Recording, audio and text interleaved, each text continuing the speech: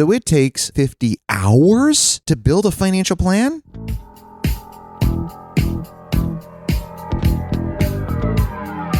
This is the perfect RIA, in case you didn't know. Bringing you all the strategies to help your business grow. Are you happy? Are you satisfied? Are you hanging on the edge of your seat?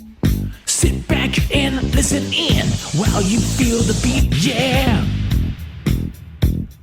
Another myth bites the dust. Hello, everyone, and welcome to a special edition of the Perfect RIA Podcast. I'm your co-host and co-founder, Matthew Jarvis, and with me, as usual, and in person here in Anchorage, Alaska, Wasilla, Alaska. That's right. Micah Shalansky. Dun, dun, dun. Jarvis, so fantastic to be back on the pod. We have had just an amazing time at this trip with our families and whatnot, kind of traveling around Alaska, seeing this beautiful sights and all these things, having you pick fights with strangers, like all of these great things while we're up here. So it's been quite a blessing. So thanks for taking the trip up here, bud. Yeah, it's been a lot of fun. For those of you that have not yet visited Alaska, it's definitely on the must-do list. However, I would like to remind you that Alaska is roughly the size of 40 other states, depending on the states that you pick. So please don't assume that you could see all of Alaska in one trip. Yes, and this wouldn't be fair unless the Alaskan gave the great Texas joke, right? Which is what we love telling all Texans that are out there. So make sure you text some of your Texas friends. I always like asking people from Texas, what would happen to Texas if you cut Alaska in half? Well, then Texas would become the third largest state. Now, Micah delivers that joke after people hear he's from Alaska and they say, "How do you like Texas?" And he says, "It's a cute state." It is a cute state. Cute state. I guess that's picking fights in a different way. So there you go. Well, speaking of antagonizing people, for those of you that follow me on LinkedIn, which is always a fun and interesting place, you'll know that sometime recently I was in a spicy mood and I said, hey, listen, the reason that discount advisors can't understand why premium advisors, and with discount advisors, I'll lump in there people that are proud of charging a low fee, people who lead with their fee instead of lead with value. I'll also lump into there all internet experts, etc. The reason they can't understand why you would pay an AUM fee is that they don't understand that there's this spectrum of value. In fact, I went as far to say is, hey, I bet you double or nothing that I can deliver more value than you can. Now, there was a lot of interesting posts. There was a lot of people that posted and they said, hey, this really sounds like fun. Like, I'd really love to see this process. Other people posted and said, I can't wait to see this fist fight. Some people posted and said, this feels pretty immature. I'm not sure where it's going to go. And then Micah, a final group posted, a minority, very small group of people that said, this is absolutely absurd. You're a complete idiot. And yeah, we'll challenge you. You know what I thought was fantastic because I'm really not on social that much at all. But I know something is picking up when my buddies and other advisors will take screenshots of it and start texting it to me. I was like, have you seen this? And then I was like, oh, maybe I should go check out what's going on LinkedIn. And so I get to see that spicy content. You know, before we get into the challenge and that aspect, Jarvis, you know me, I like to step back sometimes and look at other industries and other experts that are out there and say, great, when you talk about this discount service that people are offering, is that really a value? And recently we started reading a book and something we followed for a long time, .com Secrets by Russell Brunson. And he is the ClickFunnels guy. Yes. Right? He's ClickFunnels creator. Yeah. Creator. Multi-millionaire. Yeah. Fantastic, right? I mean, it costed like $1 million a year to work with him kind of guy. Yes. So it's absolutely fantastic. But anyways, one of the things that he says in the beginning of his book is saying there is no value in being the second lowest price provider. There's no value in being the second highest price provider. The value comes in offering a value and a premium for your service because consumers cannot understand a distinction between the different ones, right? You are a commodity. And the problem is being a commodity, then no one knows the difference between A, B, C, and D. And that's the issue I think we have with financial planning services, right? Internally, we fight amongst ourselves, be like, oh, you're a commission guy. Oh, you're an insurance guy. Oh, you're a sales guy. Oh, you just do annuities, right? Or whatever this other kind of crap is. But to the consumer, there's no difference, which is out there. And now we got this, people are trying to call themselves different things. I know Kitces has run up this advisor kind of thing and whatnot and trying to like change that name up. And I think that's a cool thought to really identify who are financial planners, but that still doesn't do it. Maybe he'll pull it off. I mean, Kitces is amazing, so he might be able to do this. But I know for me, one of the ways that I distinguish myself versus my competition is in price. I charge a premium fee because we offer premium value. And in the end, clients come to me and they want this. So clearly it works. Michael, what do you say when that question comes up, right? When I guess A, does that question come up? Are you fee only? And then B, Or are you fee only? How did your fee compare to Vanguard? Like any kind of discount fee sort of question. And how do you respond to that? Yeah, it's a great question. So one of the things when people say, come and say, am I fee only? I said, you know what? We are a fee-based financial planning firm. We charge a fee and then there's a fee based on the assets in which we manage as well, which I think is 100% a true statement. Yeah, we always respond with a similar fee-based, and I say the key is whoever you're talking to, you want to make sure that there's full fee transparency. Yes. And then I go into hey, it only makes sense to hire us or some other advisor if the value we deliver is worth to you some multiple of the fee being paid. And great news, every quarter you'll see what we're being paid, and every quarter you can look to see what the value is you've received. The value exceeds the fee, we'll continue another quarter. If it ever doesn't, we can part ways as friends. Yeah, so there's great ways that you get to position this to clients. But again, I want to tie this back to the ClickFunnels. Yes. You have to, and this is one of the tenets of the perfect RA actually, which is be intentional. We've been on this be intentional kick for a little while, but be intentional is such an important part. And what are you really trying to do? And the problem with these discount advisors is I don't think they realize what a disservice they are doing to their clients.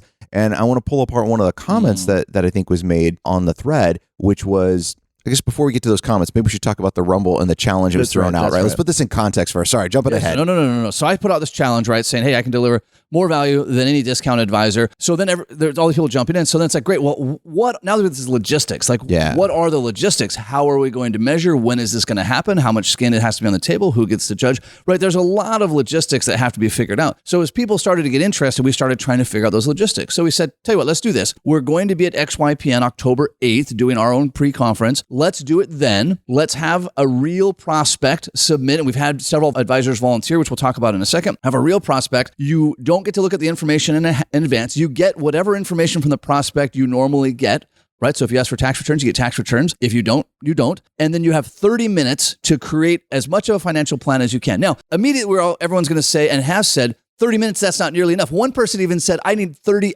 hours to create a financial plan, which I have to see this because I just can't in my mind imagine anything taking 30 hours. But the point of 30 minutes is all challenges, all feats of strength have limitations to make them more difficult and to also make them entertaining to watch. This isn't an educational series of what do you need to know in order to build a financial plan, right? This is, okay, you say you are a value advisor, rock on. Sure. Right? Now let's learn from each other, right? Now let's do it. Now we're boys. What does that mean? We compete. That's how it works. Travis, when you and I travel, we do shooting competitions, right? Every kind of competition. We do every type of competition. There is, right? We do racing competitions. We do all of these things. And it's all about, okay, let me measure my time. Let me measure my improvement. And where do I need to improve? And this is the thing that we are missing in the financial planning community because we hold things so tight because we're so worried about our ego, about us getting insulted, right? Everyone thinks they're the best financial planner ever, but no one is willing to step out of their own way and say, no, look, here's actually what I do. Here's actually what I deliver. And this is why I think I'm a phenomenal financial planner. And Jarvis, you are, which is fantastic. As I've mentioned other things, I almost hope that I get beat, right? Now that will be a blow to my ego and I'd rather that not happen, but I would love for someone to beat me because I want to see how it is that they're doing. So the way that we envision this format is however many challengers will sit down on the stage, they will then be given the information, the clock will start for the 30 minutes, and then up on the big screen where the competitors can't see each other, we'll be able to see whatever they're looking at, whatever they're typing up. That way, the audience can learn from this. Like, all right, where are they looking in the tax return? How did they come up with this thing? Then they'll be able to do a 10 to 15 minute presentation of their plan that the other planners can't see, the other competitors, right? So at the 30 minutes ends, everyone leaves the room. We bring them in one at a time to present to the group. Hey, here's the plan that I've created. Yeah, and just the aspect of that. Now you're going to jump in there like immediately where my head is going with this, Jarvis. Well, that doesn't work because most of my value is in how I deliver to my clients. 100%. Okay, well, yep. So this competition is going to miss that. Okay, fantastic. You know what? Another huge part of value that I have is my whole process in communicating with clients. We educate our clients through the process as they're making this educated, informed decision before they even come in and see me. Well, crap. All right, that doesn't count for value now, right? Yep. But guess what? This is a competition. We got to find some way to limit it and to figure out, okay, what's the best way to do it? Then we do it. And then we find out, awesome, how do we learn from this? How do we improve from this? And I don't know, I'm excited about getting up there and saying, great, how'd you come up with this number on the tax return? Now, we also got to give a little bit of grace to our competitors. Of course. Right? Because keep in mind, it's 30 minutes, you're on stage. So I'm gonna say this is probably something no one's ever done before. Because you're not that I'm aware of. You're 30 minutes on stage with brand new information, and now you have the pressure of a bunch of other peers watching over your shoulder, and you're gonna miss something, right? Is this 100% true comparison to the value that they deliver to clients? No, it's not. Because let's just be real here. There's just no way to do a true comparison, right? We'd have to say, and somebody even pointed this out a bit flippantly, but a bit true, right? The plan itself doesn't count. Implementation counts. And how do we know implementation worked? It could take years. It could take decades. Right. Really, for some of our clients, Micah, generations before we would know the full impact. So I don't want to wait 50 years to weigh out this challenge, right? We have 1,000 other variables we can't control. Is this a perfect match? No, it's certainly not. If you have a better match, we'll save that for the UFC fight number 2. This is fight number 1. Fight number 2, we'll change the rules and we'll try a different version. Yeah, and I'm excited because this is really going to be, and it's actually, we can talk about this in a second, but the competitors, it appears, have backed out. So then Jarvis threw me on stage and said, well, I'll just go against Mike. I said, well, that was great to know. Thanks for bringing me up in the loop in this conversation. But even if we did that, right, so there's several different ways the competitors don't show up. We could do it, random person from the audience. You and I could go head to head in this stuff. We could just do a team creation financial plan, right? There's several different ways we can do this, but in some capacity, we're still going to do this because the amount of information we are going to glean from being able to look at this stuff and saying, all right, how do I review this texture and how do I go through? And quite frankly, I'm thinking, well, crap, if you and I go head to head, or if we do it as a team, I'm going to use it as a freaking training for my next advisor. Yeah. Because it's great. Before you talk to me about building your financial plan, go watch this 30-minute video, see how we built the plan, watch the 15-minute debrief, then watch the 15-minute recap where the advisor were asking questions. An hour of fantastic content that you're going to be able to go through and says, okay, how am I going to do this? And it puts that egg timer on the financial plan. Totally. And a couple of things. We are not going to record this and make it available to the public because if you don't have the level of commitment to show up to participate, this is not for you. Maybe in the future we will, but that's going to be the case there. If you are going to show up, if you're going to be there October 8th and you have a prospect or even a client or even your own situation that you would like us to use as a case study, we will, of course, redact personal information to your level of comfort. And then you can learn from that. And after the challenge is done, be glad to debrief, to take time and say, all right, well, how did you come up with that? How did you come up with this, et cetera? Yeah, that would be fantastic to go through that. Now, Mike, I want to pivot just a little bit. So the Rumble is October 8th in Denver. Again, you can email Lifestyle the Perfect RIA. If you want to participate, you can, of course, go to theperfectria.com to sign up. There aren't a lot of spots left for that. We're limiting it so that we can deliver massive value. But, Micah, something that came up, and we highlighted it briefly, was one advisor posted, hey, it takes me 30 to 40 hours to create a financial plan. It's impossible for me to do anything of value in 30 minutes. Are you building the software at the same time that you're doing this? I mean, what is 30 to 40? I'm not trying to be too flippant with this, right? I really like to give a little bit of grace and think about this. And I know Kit says, and I didn't even look this up beforehand, so I apologize to our listeners, but there was an article done about how many hours it takes the average person to build a financial plan. And I don't remember what that number was, but it was a decent number. Yeah, I want to say it was 20 to 30 hours, but it included all of the meetings. It included all of the team time. So you're starting to get maybe closer to a number that's realistic. I want everyone to imagine, I started, Micah, before this episode saying that value exists on a bell curve, but it really doesn't. It's sort of like a ramp up to a cliff. So you can deliver more and more and more value until at some point it becomes just noise and it falls off the backside. We use the beneficiary report, right? The beneficiary report says, here's your beneficiaries and here's how much they'll receive in dollars if something were to happen to you. It doesn't say, adjusted for the time value of money, assuming an inflation adjustment of 3% annually over 27 years, unless they die on a Friday, that now becomes worthless. It just becomes noise. Worthless. Yeah, just like I don't use inflation numbers and any of that stuff when I'm talking to clients about estate planning. It's what is the value today? Well, what about when I die? You know what? Well, we don't know when that's going to be. So let's assume it was next week and let's just use the dollars today, right? Who knows what inflation is going to be? Who knows what distribution is going to be? Who knows what's going to happen in your life? Make the decisions for what we have today. And this is what we tell clients all the time. So same thing here. Let's not overcomplicate this.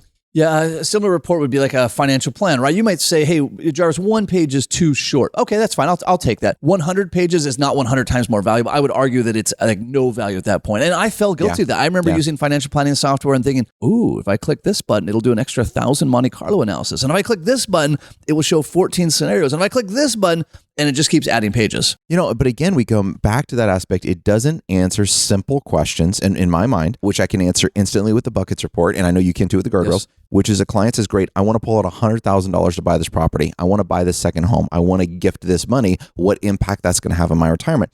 When an advisor is asked that question and they run a 1,000-page report or 100-page report, what that means is they have to go back to the report, rerun the intervals, and now they've gone from 92 to 87%. What the hell does that mean? Yeah, and again, to connect this to other industries, trying to help us draw correlations and lessons here, it's similar to if you go to your doctor and you have a full blood workup done, and they hand you a 50-page workup on your blood work, and then there's no recommendation. So you go, oh, great, I see all these numbers. What do I do tomorrow? Yes. What's my next step? Like, I need to know next steps. I need to say, hey, you need to drink less beer. You need to drink more water. You need to add a little bit more whatever to your diet. Okay, I can take action on that. All of these numbers, even if they're in cool bands, mean nothing. Well, I'm going to tip my hand. So now Jarvis is going to steal this idea for our Rumble, but it's going to be, on this thing in this 30-minute financial plan. And when I only have a limited time to review client information, and let's put this in a real life scenario. This happens, right? Yeah. We request information in advance from a client, then the client doesn't provide it till that morning, or they uploaded it to a non-shared account, or some crazy thing happened where basically it's that morning of the appointment for an 8:30 appointment, I get all of their meetings. Now, you could say, well, the client didn't get it to us 2 days in advance, which is what our policy is. Sure. You got to give us 2 business days in advance, so we're not going to review it. I could say that. Yes. But how's that meeting going to go over, right? Yeah. So I need to give a cursory review to that information. Now, I'm probably not going to fully read their estate planning documents with 10 minutes to notice, right? I'm going to scan through some stuff. So there's definitely going to be some stuff I'm going to glean, but I'm really not going to fully comprehend. So I get that in the competition. But this is a real life thing that can happen. And this is a real life thing I've been in before. And says, great, I need to bust out my homework sheet, which is where I take all my notes. I'm going to have my homework sheet out. And then the first thing I'm going to be doing, Jarvis, I'm going to go through here. I'm going to get the basic information on the vitals, so to speak, on the client. And then I'm going to look for action items. Right? That's my value add in that meeting. And now Jarvis is going to steal it because I took it from him. But we're going to start looking at action items. What does the client need to do? Hire me or not, this is going to be valuable for you. So, okay, perfect. What do you need to do with your cash flow? What do you need to do with your spending? What do you need to do with your taxes? What do you need to do with your estate plan? What do you need to do with the insurance, right? I'm going to start working through these sections, and on our prospect, I'm going to say, great, how do I add the most value possible? I'm not trying to totally overwhelm them where there's a deer in the headlights and they can't take action. I truly believe, look, hire me or not, by meeting with me, your life will be better off. Hey, podcast listeners, this is Jamie Shalansky, and I'm here to tell you that your goals aren't good enough. Because if you have a goal, I don't care, written on a notepad, taped to your monitor, stuck up on the wall somewhere in your office, it's not going to get you to achieve any type of results that you're looking for. Goals without plans are plans to fail. You know that the Perfect RIA is all about action, and that's why you have a unique opportunity to purchase your ticket for the pre-conference event of the year in Denver, Colorado. Join Matthew Jarvis and Micah Shalansky on October 8th, 2022 for the XYPN Pre-Con, a one-day action-packed interactive workshop where you get to work hand in hand with other advisors just like you who want to achieve success and are ready to do what works. Listen to our panel of success. Get your questions answered about what works and what pitfalls you need to avoid in your career. And then we want you up and out of your seat. We'll be taking out the head trash, doubling your efficiency, looking for ways of effectiveness, and partnering you up with accountability partners. It's time to stop talking about success and start planning for it. Go to theperfectria.com to purchase your ticket to the XYPN event in Denver, Colorado on October 8th, 2022. Yeah, I like that. I got to confess, Mike, as you're kind of walking through your strategy, I'm actually a little bit nervous for a 30-minute challenge. Actually, I'll be honest, I'm quite nervous because I've never tried to do it in 30 minutes without having talked to the client. I've got to have to compile the data myself. But that's the whole point of the challenge, right? It's the whole reason why a football game has a limited time. It's why baseball has 9 innings. Like we have to make this thing as difficult as possible to really extract out talent. Yeah, I'm definitely going to have to dust off my muscles on this thing, right? Oh, yeah. Because we built our custom CRM, as you know, Yes. Infinity. And really cool part is our RM team adds a lot of stuff in the CRM. And when I'm prepping for appointment, I click print on the homework sheet. And Yes. guess what? It grabs all that vital data that I need. And now I can glean it, right? I can glance at it on one page. And now it's scattered throughout all these documents that I have to go get under the clock. But this is actually kind of fun, right? And we've talked about this before on the pod. I was a little bit cocky and talking to another advisor in our office, Christian, who's doing a fantastic job, by the way, where clients are moving over to him. His Roth conversion strategy, he did this last year. We gleaned from Michael Henley. Fantastic that he's implementing. So great stuff on his end. But about last year or so, I had made a comment about something and he was taking a long time to do tax projection. I said, it shouldn't take that long. He goes, well, how long does it take? I remember this, yeah. Yeah. He's like, how long does it take you? It was like less than 10 minutes. And he's like, really respectfully, really politely, I would like to push back on that. Right? He's like, I don't think that's possible. And I said, fantastic. Let's bust out a timer. So we jumped on and we timed it. And I said, you pick the client. And there's actually one that he was going to work on a tax projection for. I was like, fantastic. Grab that one. We'll start the timer. It was all right, go. And I went through the entire taxes, went through the tax projection. No, I have some background knowledge. I knew the client, right? I've worked with them before. So I did have some institutional knowledge there. But I went through and did an entire tax projection. I found a $60,000 tax error that the CPA made in preparing their taxes, all in under 9 minutes. Now, a lot of it was, I was flying through that information. Yeah, I had something to prove here. Yeah, exactly. I had something to prove. But the cool part about it was, okay, I was running my mouth maybe a little bit with it, but then it really forced me to say, you know what?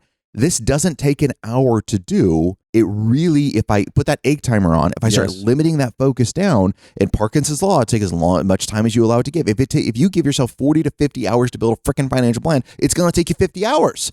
But if I give myself 30 minutes, damn, I bet I could do 98% of it. I've got to believe, and I would sincerely love to hear from somebody who's taking anything north of 5 hours. I would love to have you on the podcast, and I would love to see a timer on your desk. Like, we'll put a quick productivity tracking software on your computer. I just cannot, Mike, I cannot picture in my mind spending more than 5 hours on a plan. I have to believe that that's sort of like 5 hours plain office, and I also have the plan pulled up. To do 30 hours, I just can't say, unless you're in some really complex, like you're reviewing these insane contract stock options. But even that, I'm just trying to think of anything that could possibly take 30 hours to do. Even our business clients, which are profoundly more work, right? Because we help negotiate contracts and leases and employee deals and benefits and like all this stuff. I can't imagine it takes so much time. All right, but let's step back real quick, Jarvis. Please. So you had said something, and I want to make sure we're defining it here because I think you and I are on the same page. But what is a financial plan? That's a great question, right? And this is where I think we struggle as an industry. We spend a lot of time, and I'm guilty of poking at this bear too, of like, hey, let's really beat each other up on these few very narrow things we can identify, like what's your fee schedule and what's your surge calendar and what are your value adds. What is a financial plan? Micah, in my mind, a financial plan is something that leads a client to take action, or in the case of a prospect, leads a prospect to take action and demonstrates that the value I provide in the prospect's mind is more than anyone else's. Interesting. How would you define it? I'm curious. I think this is where we're going to disagree a little bit. I mean, I like what you said there, that it leads the prospect to take action in implementation. I mean, that is absolutely a must. But I was kind of looking for more categories, like what area is it going to cover? So if it leads a client to take action, you can say, great, you don't have a beneficiary. Go get a beneficiary in your bank account called a TOD. Sure. Okay, well, that's taking action. That's fair point. But I'm not going to consider that a financial plan. That's a passing comment. So in my mind, and I love this. This disagreement's fantastic. So in my mind, it has to be more of a comprehensive, or you have to define as the advisor what you consider comprehensive. Yeah. So in my world, what I'm going to say that is, and this is what I tell clients, is like, now you hear a lot about financial planning. You hear about people saying when I'm using air quotes, comprehensive financial planning. The problem is no one knows what that means. Nobody. Here's what this means in my world. We're going to cover 5 areas of financial planning in your world. And we're not only going to help you design them, we're going to help you implement these. Love it. Estate planning, risk management, that's my fancy way of saying insurance, retirement income, investments, and taxes. Now, on these areas, there's certain ones that we can't do for you. While I think I would do a fantastic job creating legal documents, unfortunately, the Bar Association did this thing about being an attorney in law school and this other stuff. And I actually say this, a monopoly. Yeah. I say this to clients and they laugh, right? So then they get, okay, so I can't do your legal documents for you. I can't do your tax preparation for you, but we're going to do planning. And so one of the things with setting expectations with prospects and clients, I'm really defining what that outcome is. And what I love about this, now when they go to talk to somebody else that says they do comprehensive planning, but Micah's already defined that. Yes. So if now they say, well, I do comprehensive planning, which means I'm going to review your investments and I'm going to tell you what your asset allocation should be. Whoa, that's not comprehensive. Yeah, I love that level of detail, Micah. And it's a great point. I would never just present one action item. That would be a passing comment. I put estate planning and risk management in the same category. That's semantics. Doesn't really matter. But yeah, we're going to have those. To your reference, I love when a prospect says, hey, I'm going to compare to multiple advisors. Love it. I love that. I really prefer that because I want to make sure we just get that out of the way early on. And I always tell them, I say, great news. I'll do my financial plan so that you have these action items. Take it, study it, and then go interview whoever you're going to interview. Don't show them my work because that's cheating, right? Letting them see what I'm doing. Have them come up with whatever their plan is. You just compare those two. Whichever one makes more sense to you, that's who you should go with. All right, I'm laughing because you're saying that's cheating. So if a prospect came into you and said, I already reviewed another financial planner and he gave me their plan, would you ask for it? Oh, totally. Oh, hell yes. 100% I would ask for it. But I want to set up for the prospect, if they have an advisor, they're interviewing another advisor, if they take my one-page financial plan, what's the advisor going to say? We can do all those things. When they have an advisor, I tell them, I say, hey, when you go tell your advisor or show them this list, they're going to say, hey, we can do all those things, to which you're going to respond, why haven't you done them already? Mm-hmm. And they're going to say, well, we were kind of doing them, we just didn't tell you about them. And Mr. and Mrs. Prospect, I don't know about you, but I don't like that answer. So, go talk to them, but this is what's going to happen. And this is what happens every time. Yeah. And, in fact, this is one of the things that I also encourage my clients, right? Yes. So I take this to the next step. I fully agree with you, Jarvis. I have no problem. Now, one of the things I will add to prospects is saying, hey, if you choose to hire another financial advisor versus us, which you're absolutely welcome to, that means they delivered more value, and I'm going to fully support that in any which way I can. I would love it if you wouldn't mind shooting me an email or calling me and letting me know who you selected and why, because I want to be able to improve the value to my clients. And I'm not going to try to do some backdoor sales pitch on you. I'm really going to be able to take that feedback and say, great, where did we not deliver value to this scenario, so we can decide if it's something we need to improve upon. Yeah, but Micah, there's another interesting thing here is we're sort of making this distinction between premium advisors and discount advisors. And to your comments back about the Russell Brunson from ClickFunnels, if we set aside Vanguard, which has this massive marketing machine, if we set aside venture capital funded firms, because they're not living in reality, I'm trying to think if I've seen advisors or advisory firms that have gotten to high levels of success, however you define that, having tried to be the discount provider. Now, I have met advisors who it's just them. They have no employees, and they're very content with their 50 clients paying $50 a month or whatever that is. And that's fine. Like, if that's your definition of success, I get that. But I have never seen a hyper efficient, highly profitable practice. I've never seen a practice at scale that's operating on a discount model. And I'm sure there's one out there, and they're going to reach out to me, and that'll be great. It's not a sustainable business model. Being the second least expensive, it's not going to work. Yeah, it's just not. I mean, your margins are going to get crushed. And one of the things too, and I guess the fee only guys will say they don't have this issue, but say you have an AUM fee, and now that's where 90% and 100% of your revenue is coming from, and you have no margins in your business whatsoever, and the market takes, I don't know, a 30% dip. What are the odds of that happening? Plus inflation, yeah. Yeah, and you had a 15% margin. Well, quick math here. If you had a market, if your revenue drops 30%, you had a 50% margin, you're negative in that practice. And one of the things my dad taught me from a long time, the best thing you can do for your clients is stay in business. Yeah. Yeah. When we talk to advisors who say they're very proud of their low fee, but then they can't afford personal development. They can't afford the $10,000 for our charity challenge bet that we're going to do October 8th, right? They can't afford to hire an assistant. They can't afford to upgrade technology. It's like, great, if you want to die on the altar of I have this lowest fee, I guess, knock yourself out. That's not a sustainable business model. And I'm going to argue that you're really doing a disservice to clients, right? That's where I get irritated, right? Like, if you want to run your own business, you're ground, that's your thing. But you are making a disservice to clients, and you're making a disservice to our industry. Yes. Now, there's certainly, like everything, there's a spectrum, right? If you're charging, 2 and 20 away, that's hedge funds. If you're charging 100% of a leveraged asset, no, that's realtors. If you're charging 30% or 30 to 50% of the insurance that's attorneys.